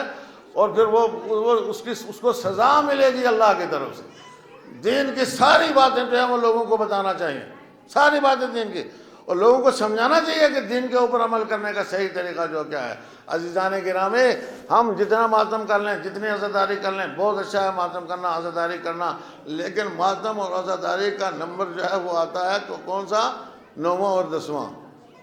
کون سا نمبر ہے؟ 9ویں اور 10ویں نمبر پر ہیں. پہلا فروض دین میں اول نماز، دوسرے روزہ، تیسرا حج، چوتھے زکوٰۃ، پانچویں خمس، چھٹے جہاد، ساتویں امر بالمعروف، آٹھویں نہی عن المنکر، 9ویں تولا اور 10ویں تبرع. یہ تولا اور تبرع سے عزاداری کا تعلق ہے. مولوی صاحب تشریف فرما ہے، آپ پوچھ لیجیے گا ان سے، اور میں بھی انشاءاللہ وضاحت کروں گا. تولا اور تبرع سے اظہار محبت ہے، اظہار عقیدت ہے، توجہ کیا آپ نے، اور پھر اظہار غم ہے. دونوں چیزیں آتی ہیں تولا میں، دونوں چیزیں آتی ہیں. آپ محبت بھی کرو ان کے غم میں غمزدہ بھی ہو، ان کی خوشی میں خوش بھی ہو جاؤ۔ توجہ کیا آپ نے؟ اور خدا اور رسول اور اہل بیت علیہ الصلوۃ والسلام کے دشمنوں سے نفرت کرو، کسی کا نام لینے کی ضرورت نہیں، نفرت کرنے کے لیے کہا گیا ہے، زبان درازی کرنے کے لیے نہیں کہا گیا ہے۔ ایک صلوات پڑھے محمد و آل محمد۔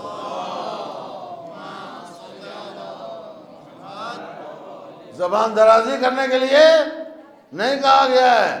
یہ بڑے افسوس کی بات ہے، اکثر مقامات کے اوپر کشمیر میں جو ہے وہ ہم دیکھتے ہیں اور سنتے ہیں، گاؤں کے گاؤں خالی پڑے ہوئے ہیں، کوئی پیش نماز نہیں ہے شیعوں کی۔ اہل سنت کیا دیکھو، اہل سنت کیا دیکھو بھائی، یہ باتیں جو کڑوی ہیں، تھوڑا کڑوی ہے نا، تھوڑا تلخ ہیں، حقائق ہیں، حقائق تلخ ہوتے ہیں، الحق و مرون، حق کڑوا ہوتا ہے۔ جہاں اتنے بڑے بڑے امام باڑے بنے ہوئے ہیں، جہاں اتنے بڑے پیمانے پر جلوس ہائے ادا نکلتے ہیں، جہاں تعزیے نکلتے ہیں، جہاں عالم نکلتے ہیں، جہاں لوگ جو ہے ماشاءاللہ بہت پرجوش طریقے سے عزاداری مناتے ہیں، وہاں بستی میں اگر نماز جماعت سے نہیں ہو رہی ہے، مولوی نہیں ہے، تو کس کا قصور ہے؟ کس کا قصور ہے بھائی؟ علماء کا قصور ہے۔ علماء کا قصور ہے؟ علماء اگر ہیں بستی میں تو ان کا قصور ہوگا نا، اور اگر ہے ہی نہیں بستی میں عالم تو اس کا قصور تو نہیں ہوگا۔ اور اگر ہے بھی بستی میں ہے تو ذرا اپنے گریبانوں میں جھانک کر کے دیکھیں، جو میں نے باتیں آپ حضرات کی خدمت میں عرض کی ہیں، ان کی روشنی میں کیا ہم علماء کا حق ادا کرتے ہیں؟ میں نے عرض کیا، عالم محکوم نہیں ہوتا ہے، عالم نوکر نہیں ہوتا ہے۔ اگر عالم نوکر ہو جائے، عالم محکوم ہو جائے تو دین محکوم ہو جائے گا، دین نوکر ہو جائے گا۔ جس نے اگر کوئی عالم بکا تو سمجھ لو دین بکا۔ حدیث میں ہے موت العالم موت العالم، ایک عالم کی موت پوری دنیا کی موت ہوتی ہے، پوری دنیا کی موت ہے ایک عالم کی موت۔ اب اس سلسلے کو، یہ جو آپ کی بستی کے لوگ ہیں بھائی، ان کو چھوٹا نہ سمجھا کرو، ان کا بھی شکریہ ادا کرو، اللہ کا شکر ادا کرو کہ یہ ہماری بستی میں علم حاصل کر کے آئے ہیں واپس۔ سمجھ میں آیا؟ اور ان کی توقعات اتنی لمبی چوڑی نہیں ہوتی ہیں، بس احترام کرو، عزت کرو، مسئلے دریافت کرو، معلوم کرو، اور اپنا حق ان کو نہ دو، جو ان کا حق ہے وہ ان کو دے دو۔ ایک صلوات پڑھیں محمد و آل محمد۔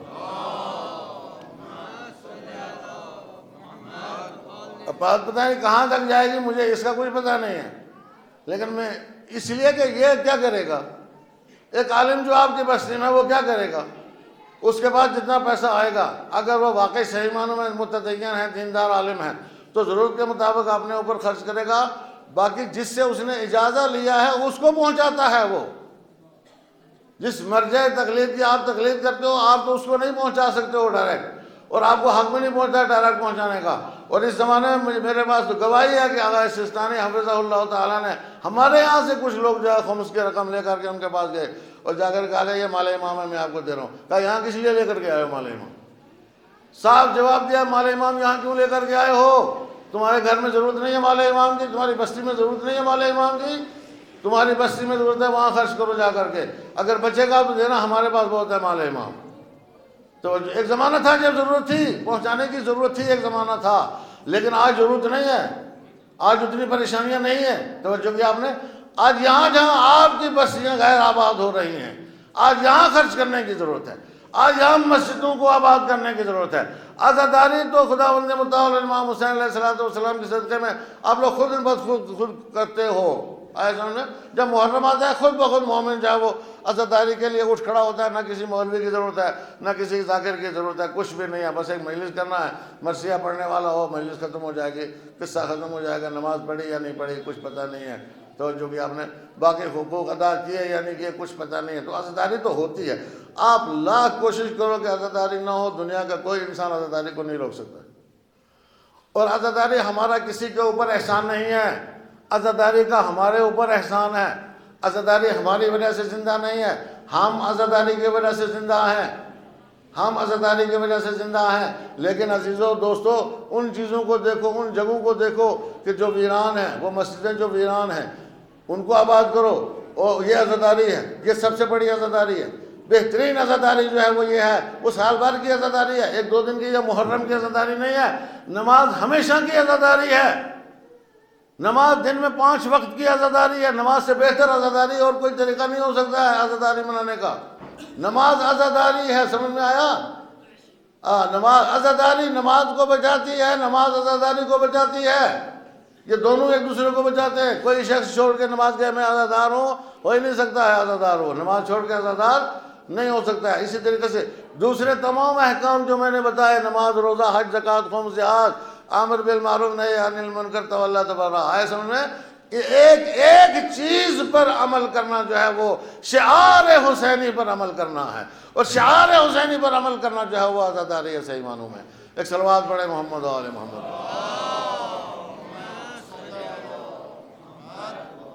شعار حسینی پر عمل کرنا عزاداری ہے۔ توجہ کیا؟ خوب غدیر میں کیا سبب بڑھایا تھا پیغمبر اکرم صلی اللہ علیہ وآلہ وسلم نے؟ غدیر میں یہ کہا تھا، جب حدیث بیان فرمائی، بس 2 باتیں اور آپ کی خدمت میں کروں گا، بہت تلخ کڑوی باتیں، سمجھ میں آیا؟ سب کچھ پہنچانے کے بعد کہا تھا فَلْيُبَلِّغْ الشَّاهِدُ الْغَائِبَ، یہ جو کچھ میں نے کہا ہے اس کو وہ لوگ کہ جو یہاں پر موجود ہیں وہ ان لوگوں کو بتا دیں کہ جو یہاں پر موجود نہیں ہیں۔ سمجھ میں آیا؟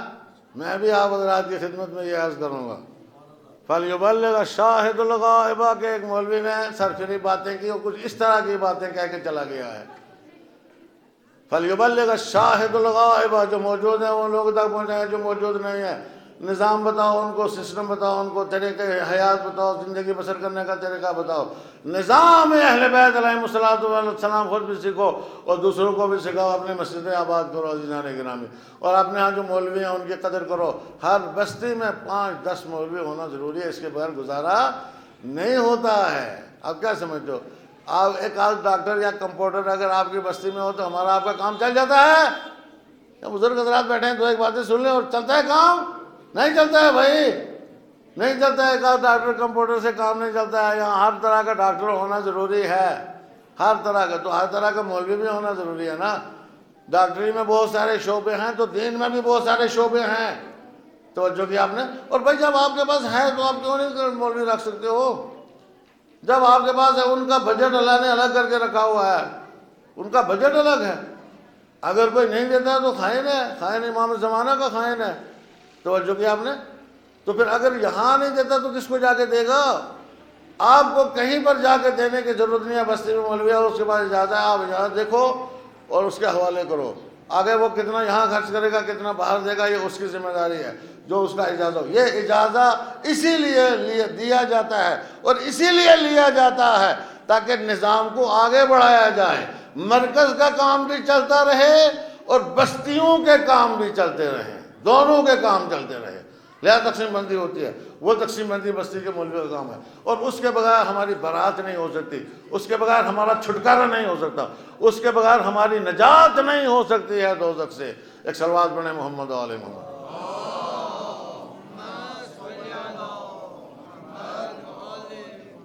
لہذا عزیزان گرامی اس نظام کو لاگو کرنے اپنے، میں ہمیشہ یہ ہر جگہ یہ بات کہتا ہوں جہاں بھی ہے، چونکہ یہ طریقہ ہے۔ اب پھر اس کے بعد جو ہے وہ فارغ البال ہو کے بھائی مسجد آباد ہے، ٹھیک، امام باڑہ آباد ہے، اچھی بات ہے، مکتب چل رہا ہے، ٹھیک ہے، دینی تعلیم کا انتظام ہے، ٹھیک ہے، کچھ لوگ گئے پڑھنے کے لیے، ہاں جی گئے ہوئے ہیں، ان کی کفالت ہو رہی ہے، جی ہو رہی ہے، واپس آ رہے ہیں، ہاں جی واپس آ رہے ہیں۔ اب نئے تیار کرو، کیونکہ یہ بوڑھے بھی ہوں گے نا، اب نئے تیار کرو، بھیجتے رہو اور بلواتے رہو، بھیجو، نہیں تو دور مت بھیجو، یہاں ادارے بنا لو، مدرسے بنا لو، بڑے بڑے مدرسے بڑے بڑے بنا لو۔ مدرسہ بڑا کیوں نہیں بناتے ہو بھائی؟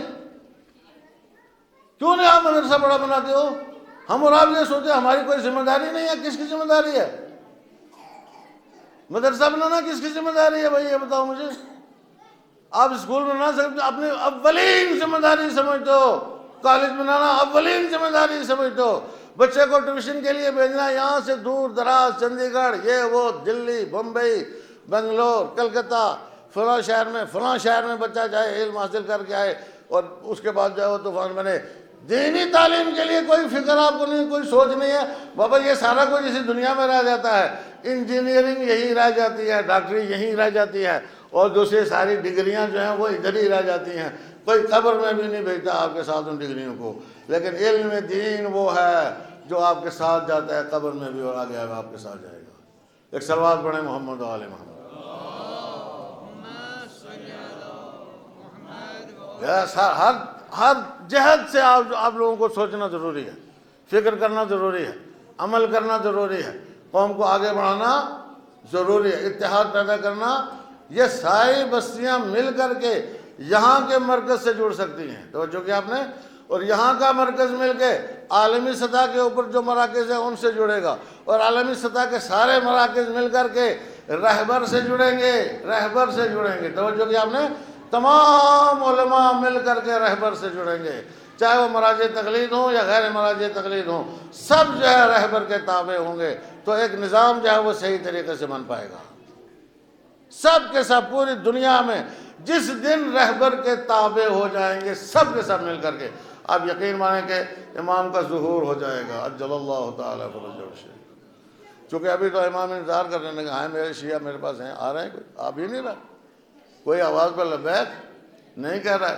تو جب رہبر کی آواز پر لبیک کہو گے تو امام کی آواز پر لبیک ہوگی، اگر نہیں کہا تو امام سیدھے سیدھے کسی کی بات سننے والے نہیں ہیں، نہ نظام امام نے بنایا، بھائی یہ ہے پہلے، آگے یہ ہے، اس وقت خط مقدم پر یہ ہے، آپ اس کے تھرو میرے پاس آؤ، اس کے ذریعے سے میرے پاس آؤ، توجہ کیا آپ نے، تو آپ کی یہ بستی کا چھوٹا سا مولوی جو ہے یہ آپ کو جوڑے گا رہبر کے ساتھ، اور رہبر ہمیں اور آپ کو جوڑیں گے امام کے ساتھ، توجہ کیا آپ نے، بس یہ ایک نظام ہے، ایک طریقہ ہے، ایک سسٹم ہے، اس کو اختیار کرنا بہت زیادہ ضروری ہے، اس کے بغیر کوئی چارہ کار نہیں۔ ہاں ایک بات ضرور ہو سکتی ہے کہ صاحب والا آپ کشمیر میں مجتہد پیدا کرو، کیا کرو، مجتہد پیدا کرو، صاحب رسالہ جس کے توضیح المسائل ہو، سارے کشمیری مل کے ان کی تقلید کرو، اس کی تقلید کرو، پھر وہ امام زمانہ کے ساتھ رہبر کے ساتھ جڑے گا اور رہبر امام زمانہ کے ساتھ جوڑیں گے۔ لیکن جب آپ مجتہد نہیں پیدا کر سکتے ہو تو آپ کو چھوٹے مولوی کے ساتھ جوڑ کے مرجع تقلید کے ساتھ جڑنا ہے، مرجع تقلید سے جو ہے وہ رہبر کے ساتھ جڑنا ہے۔ سمجھ میں آیا؟ یہ دھوکہ ہے دنیا میں جو اس وقت دیے جا رہے دھوکے، جی ہم ان کی تقلید نہیں کرتے ہیں، ہم ان کی تقلید کرتے ہیں، توجہ کہ آپ نے جو بس دو جملے جوانوں کے لیے عرض کر رہا ہوں، اس کو بھی پہنچانا، اس بات کو بھی پہنچانا آگے۔ کشمیر میں سب سے بڑا دھوکہ جو ہوا رہا ہے، ایک صلوات پڑھیں محمد و آل محمد پر۔ کشمیر میں سب سے بڑا دھوکہ جو میں دیکھتا ہوں وہ میں بتا رہا ہوں آپ کو، بھائی آپ میری بات نہ ماننا، لیکن جو میں بات بتاؤں گا آپ، یہ میں نے مطالعہ کیا ہے صحیح طریقے سے اور میں بتا رہا ہوں آپ کو، سب سے بڑا دھوکہ جوانوں کے ساتھ یہ ہو رہا ہے کہ یہاں کا ہر جوان جو ہے اس کی زبان پر یہ ہے کہ رہبر کے فرمان پر جان بھی قربان ہے یا نہیں؟ یہ نعرہ سچا ہے جھوٹا ہے؟ یہ نعرہ سچا ہے، یہ ہونا چاہیے، ہر آدمی کا یہ نعرہ ہونا چاہیے یا نہیں ہونا چاہیے؟ لیکن اتفاق امر یہ ہے کہ وہیں پر میں دیکھتا ہوں کشمیری جو نوجوانوں کو کہ وہ ساتھ میں قمع کا ماتم کر رہے ہوتے ہیں، زنجیر کا ماتم کر رہے ہوتے ہیں۔ یہ انتہائی افسوس کی بات ہے، کشمیر کے لیے یہ انتہائی افسوس کی بات ہے عزیزان گرامی، کہ یہاں رہبر کے فرمان پر جان قربان کرتے ہیں۔ اور کس طریقے سے قربان کرتے ہو؟ اس طریقے سے نہیں قربان کرنا ہے، رہبر کے فرمان پر جان قربان کرنا ہے، رہبر کا فرمان ماننا ہے۔ اور رہبر نے یہ کہا کہ تدبیر کسی بھی حالت میں جائز نہیں ہے، حرام ہے۔ یہ بات جہاں کے علماء کو تمام کشمیری نوجوانوں کے کانوں تک پہنچانا چاہیے، اگر کوئی نہیں پہنچاتا تو گناہگار ہے، گناہگار ہے عزیزان گرامی، پہنچائیں یہ بات، کوئی مانے یا نہ مانے، گالیاں دیں گے ہمیں، اس میں کوئی دو رائے نہیں ہے، کوئی بات نہیں، گالیاں تو آپ کی گالیاں بھی جو ہے ہمیں سر آنکھوں پر قبول ہیں، گالیاں بھی ہمیں قبول ہیں، اپنے عزاداروں کی گالیاں بھی ہم سننے کے لیے تیار ہیں، لیکن بات وہی کہیں گے جو سچ ہے، بات وہی کہیں گے جو سچ ہے۔ رہبر نے کہا حرام ہے، توجہ کیا آپ نے، جب رہبر نے کہا حرام ہے تو دنیا کا کوئی عالم اس کو حلال نہیں کر سکتا۔ ایک صلوات پڑھیں محمد و آل محمد۔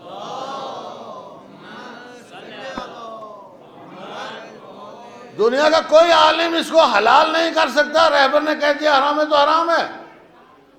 اور اگر کوئی زمانہ پلٹتا ہے اگر کبھی، تو زمانے کا رہبر اگر کہتا ہے تو جائز ہے، تب جائز ہوگی، اس لیے کہ ہم زمانے کے رہبر کے تابع ہیں، رہبر کے تابع، باقی سارے ہمارے سر آنکھوں پر ان کی ہم عزت کرتے ہیں، اکرام کرتے ہیں، ان کے احسانات ہیں دنیا علم کے اوپر، دنیا شیعیت کے اوپر، لیکن عزیزان گرامی سب کے لیے ایک پلیٹ فارم پر جمع ہونا ضروری ہے یا نہیں ضروری ہے؟ مجھے یہ بتاؤ، مجھے یہ بتاؤ، یہ بہت تفصیل ہے، میں پورے غور کرنے کے بعد جو ہے وہ یہ جملے آپ کی خدمت میں عرض کر رہا ہوں، پورے غور و فکر کے بعد، پوری ذمہ داری کے بعد، اور بہت سارے جو علماء ہیں وہ اس میں میری مخالفت کرتے ہیں اور گالیاں بھی دیتے ہیں، واٹس ایپ پر، فیس بک میں، ادھر ادھر جو ہے گالیاں بھی دیتے رہتے ہیں، لیکن جواب نہیں دے سکتے بات کا، بس صرف ایک الزام لگا دیتے ہیں کہ نہیں یہ مراجع تقلید کو نہیں مانتا ہے، وہ ایک عزاداری کا مخالف ہو گیا۔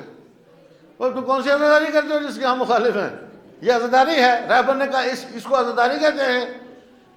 کہاں کی یہ عزاداری ہے؟ رہبر کے جملے دہراؤ، اس لیے کہ میں نے سب سے پہلے ٹرانسلیشن کیا ان کی اس تقریر کا جس میں اس کو حرام قرار دیا تھا انہوں نے، آج سے 20-25 سال پہلے سب سے پہلے ترجمہ میں نے کیا تھا، سب سے پہلے ترجمہ میں نے کیا تھا اس تقریر کا۔ رہبر نے کہا یہ کون سی عزاداری ہے؟ بھائی یہ عزاداری ہے کہ آپ سینے پہ ہاتھ مارتے ہو، آپ زانوں پہ ہاتھ مارتے ہو، آپ سر پہ ہاتھ مارتے ہو، یہ جملے ہیں رہبر کے، یہ عزاداری ہے۔ لیکن یہ کہاں کی عزاداری ہے کہ کسی کے گھر میں کسی جوان کا انتقال ہو جائے اور وہاں جا کر کے لوگ چاقو لے کے اور چھریاں لے کر کے اپنے آپ کو کاٹنا شروع کریں؟ کہیں دیکھا آپ نے دنیا میں اس طرح کی عزاداری؟ کہیں پر بھی دنیا کے کسی طبقے میں آپ نے اس طرح کی عزاداری دیکھی ہے؟ اور پھر دوسری جو بات رہبر نے کہی ہے کہ یہ اللہ کا مطالبہ نہیں ہے، یہ رسول کا مطالبہ نہیں ہے، یہ علی کا مطالبہ نہیں ہے، یہ فاطمہ زہرا کا مطالبہ نہیں ہے، یہ امام زمانہ کا مطالبہ نہیں ہے، کسی عالم کا مطالبہ نہیں ہے، علماء کا شعار نہیں ہے، علماء کا شعار اس طرح کی حرکتیں کرنا نہیں ہے، اور کوئی آیت اس کے اوپر نہیں ہے، کوئی حدیث اس کے اوپر نہیں ہے، کوئی چیز ایسی نہیں ہے کہ جس کی وجہ سے عزاداری کا حصہ بندی ہو۔ یہ چیز توجہ فرما رہے ہیں آپ حضرات؟ لہذا عزیزان گرامی ہمیں کسی سے کوئی وہ نہیں ہے، لیکن جو رہبر کا فرمان ہے اس پر جان قربان کریں، اور رہبر کا فرمان یہ ہے۔ اور یہ بات تمام کشمیری نوجوانوں تک پہنچنی چاہیے کہ بھائی کشمیر کے سارے نوجوان تقریباً اکثر و بیشتر رہبر کی تقلید کرتے ہیں۔ اچھا ٹھیک ہے، کچھ لوگ کہتے ہیں ہم آغا سستانی کی تقلید کرتے ہیں، تو یہ بھی آپ سن لیں آپ حضرات، آغا سستانی اس مسئلے میں خاموش ہے، توقف، نہ جائز نہ ناجائز، یعنی آغا سستانی کوئی فتویٰ نہیں۔ کیوں فتویٰ نہیں آغا سستانی کا؟ ان کو علم نہیں ہے کیا؟ وہ علم میں کسی سے کم ہے کیا آغا سستانی؟ وہ سمجھ نہیں سکتے کہ میں اس کو جائز قرار دوں یا ناجائز قرار دوں؟ لیکن یہ کیسی صورتحال ہے جب امام حسن علیہ السلام نے سلو کی نا، تو امام حسین نے کیا کہا؟ امام حسین خاموش تھے، کوئی بات نہیں۔ کیوں کہ ایک نے کہہ دیا ہے، اب کہنے کی گنجائش نہیں ہے، اب آگے بولنے کی گنجائش نہیں ہے، اس کے بعد بولنا دین میں تفرقہ ہے، شیعوں کو تقسیم کرنا ہے، تو لوگ بہانہ بناتے ہیں کہ آغا سستانی کیا جائز ہے؟ کس نے کہا آغا سستانی کیا جائز ہے؟ یعنی قطعاً آغا سستانی اس سلسلے میں خاموش ہیں۔ وہ کہتے ہیں میرا کوئی فتویٰ اس سلسلے میں نہیں ہے، جو رہبر نے کہا ہے وہی فتویٰ حرف آخر ہے۔ اس کا مطلب یہی ہوتا ہے جو رہبر نے کہا ہے وہ حرف آخر ہے۔ اس میں تفصیلی مطالعے میں عزیزان گرامی آپ اپنے علماء سے پوچھا کریں ان بحثوں کو اور سمجھا کریں ان سے، ایک تقریر میں سارے مسائل حل نہیں ہو سکتے ہیں، لیکن یہ شیعت ہے، روح شیعت یہی ہے، جان شیعت یہی ہے کہ ایک دوسرے کا اس طریقے سے احترام کیا جائے، اس طریقے سے احترام کیا جائے۔ توجہ کیا آپ نے؟ یہ علماء کا شعار ہے، علماء کا شعار یہ ہے۔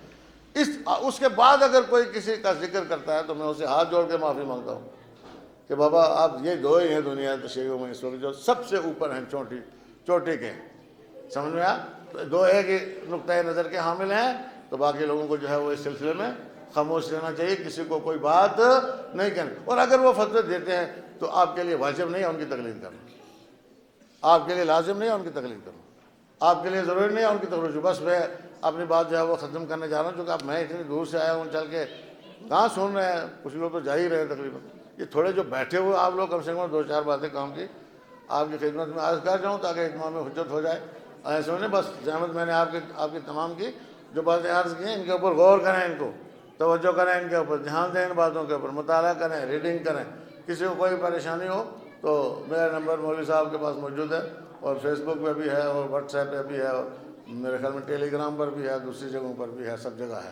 ایسے سمجھیں مجھ سے ڈائریکٹ سوال جو ہے وہ کر سکتا ہے، میں انشاءاللہ اس کا جواب دوں گا۔ بس میں آپ حضرات کی زحمتوں کو تمام، اس لیے کہ یہ جو باتیں میں نے آپ سے عرض کی یہ ہم نے کربلا سے سیکھی۔ کہاں سیکھی یہ باتیں؟ کربلا نے ہمیں بتایا، امام حسین علیہ السلام نے ہمیں بتایا۔ وہاں جو خواتین تھی یہ ان کی زحمتوں کا نتیجہ ہے، یہ ان کی محنتوں کا نتیجہ ہے۔ کربلا در کربلا میں ماند اگر زینب نہ بود، کربلا میں رہ جاتی اگر زینب نہ ہوتی۔ کس نے تبلیغ کی ہے؟ امام زین العابدین اور زینب نے تین کو زندہ کیا ہے۔ توجہ کیا آپ نے؟ دو ذوات مقدسہ، امام زین العابدین اور حضرت زینب کبریٰ۔ اور تبلیغ کا آغاز کہاں سے ہو رہا ہے؟ تبلیغ کا آغاز کہاں سے ہوا ہے؟ نئے سرے سے تبلیغ کا آغاز کہاں سے ہوا ہے؟ جب خیمے جل گئے۔ سمجھ میں آیا؟ بچے پیاسے ہیں، خیمے جل گئے ہیں، آیا سمجھ میں؟ اور حضرت زینب جو ہے وہ بیویوں کو لے کے ایک خیمے سے دوسرے خیمے میں، دوسرے خیمے سے تیسرے خیمے میں، اور ہر خیمہ جلتا ہے اس میں جاتی ہے۔ آخر کار ایک خیمہ بچا تو زینب نے آواز دی، بیٹا بتاؤ کہ کیا برہنہ سر باہر نکلیں یا خیموں میں جل کر مر جائیں؟ تو جو کہ آپ نے، اللہ اکبر، یہ کوئی معمولی بات نہیں ہے جانے کا۔ بیٹا بتاؤ برہنہ سر باہر نکلیں یا خیموں میں جل کر مر جائیں؟ مسئلہ پوچھا ہے۔ ایسے عالم میں جب کسی کی توجہ مسئلے کی طرف نہیں جاتی ہے، امام وقت سے مسئلہ دریافت کیا ہے بی بی نے اور شعار بتایا، کربلا سے پیغام دیا ہے کہ مسئلے پوچھا کرو، مسئلے پوچھا کرو، آئے سمجھ میں؟ اور اسی کے مسئلے پوچھو گے تو زندگی بسر ہوگی۔ اور یہ زینب کا یہ رویہ تھا عزیزان گرامی، کہ جس کی وجہ سے جس یزید نے کربلا میں یہ سوچ کر کے امام حسین کو گھیرا تھا کہ میں یہاں سب کچھ ختم کر دوں گا، میں یہاں سب کچھ مٹا دوں گا، زینب اور سید سجاد نے اس یزید کو اس کے گھر میں جا کر کے صفحہ ہستی سے نابود کر دیا۔ یہ زینب کا کمال تھا، یہ زینب کی مظلومیت تھی، یہ سید الساجدین کی مظلومیت تھی۔ توجہ کی آپ نے؟ اتنی مصیبتیں کربلا میں نہیں۔ جب کوئی پوچھتا تھا امام زین العابدین سے کہ مولا آپ کو سب سے زیادہ مصیبت کہاں پڑی، تو جواب دیتے تھے الشام، الشام، شام سے بڑی مصیبت اور کہیں نہیں دیکھنے کو ملی۔ کیوں؟ اللہ اکبر، جوان بیٹا موجود ہو، مائیں بہنیں سرد رہنا، نامحرموں کو منہ کا مجمع ہے، زبردستی درباروں میں لے جایا جا رہا ہے، اور چادروں کا سوال کرنے کے اوپر بھی چادریں نہیں دی جاتی، بچوں کو بہت محدود پیمانے پر پانی دیا جاتا ہے۔ عزیزان گرامی، میں نہیں سمجھتا ہوں کہ کربلا میں جو امام حسین کی 4 سال کی بچی پیاسی ہوئی تھی، کبھی اس کی پیاس بجھی ہو زندگی میں۔ اس کی پیاس نہیں بجھ پائی زندگی میں، اس لیے کہ کوئی پانی پلانے والا تو رہا ہی نہیں تھا نا، کوئی رحم کرنے والا تو رہا ہی نہیں تھا۔ یہ جو قیدی بنا کے لے جا رہے ہیں، یہ رحم کرنے والے ہیں، یہ تو سنگ دل لوگ ہیں، یہ پانی پلانے والے ہیں، یہ پانی پلانے والے نہیں ہیں۔ یہ ان دنوں میں شہر قافلہ جو ہے وہ کوفے سے آگے کسی بستی سے گزر رہا تھا، قیدیوں کا یہ قافلہ، بس 2 جملے اور آپ کی زحمت تو انشاءاللہ، گزر رہا تھا کہ چھت پر لوگ چڑھ کے تماشا دیکھ رہے تھے، اور قافلہ کسی وجہ سے رکا ہوا تھا، نیزوں کے اوپر سر تھے اور اونٹوں پہ سوار بیویاں تھیں، اور چھتوں پہ لوگ چڑھ کے تماشا دیکھ رہے تھے۔ ایک مرتبہ سکینہ نے کہا، پھوپھی اماں پیاس پریشان کیے دے رہی ہے، اگر آپ کسی سے پانی کا مطالبہ کر لیں اور میری پیاس بجھ جائے۔ یہاں ایک بیوی چھت کے اوپر سن رہی تھی، ایک بچی پانی مانگ رہی ہے، وہ دوڑتی ہوئی گئی گھر میں اور جا کر کے پانی لے کر کے آئی کوزے میں، اور پانی حضرت زینب کے ہاتھ میں دیا، کہا بیوی لو اپنی بچی کو پانی پلاؤ، لیکن پانی پینے سے پہلے پانی پلا کر کے اس سے کہنا کہ میرے لیے 2 دعائیں کر دے۔ کہا کیا کیا دعائیں؟ تو اپنی دعائیں بتا پہلے، میں بچی سے پہلے دعا کرواؤں گی، اس کے بعد پانی پلاؤں گی بچی کو۔ کہا بس اللہ سے دعا کرے کہ مجھے مدینہ جانا نصیب ہو۔ اللہ اکبر۔ ایک مرتبہ جب یہ کہا تو زینب کا دل تڑپ گیا۔ کہا مدینے میں کیوں جانا چاہتی ہو؟ کہا مدینے میں میرے آقا اور مولا حسین ہے، ان کی زیارت کے لیے جانا چاہتی ہوں۔ زینب سے رہا نہ گیا۔ زینب نے اشارہ کیا، ام حبیبہ تم نے پہچانا نہیں، وہ نو کے نیزہ پر حسین کا سر ہے، اور یہ تیری زینب ہے جو مدینے سے آئی ہے، اس کے سر سے چادر چھین لی گئی ہے، قافلے کے سروں سے چادریں چھین لی گئی ہیں۔ سکینہ نے پانی کو ہاتھوں میں لیا، دعا کی، پروردگارا جس طرح ہم یتیم ہوئے ہیں اس طرح اس بی بی کے بچے یتیم نہ ہوں۔ اللہ لعنت اللہ علی القوم الظالمین وسيعلم الذين ظلموا أي منقلب ينقلبون انا للہ و انا الیہ راجعون رضا بقضائہ و تسلیما لامرہ اللہم انا نرغب الیک فی دعوۃ کریمہ تعز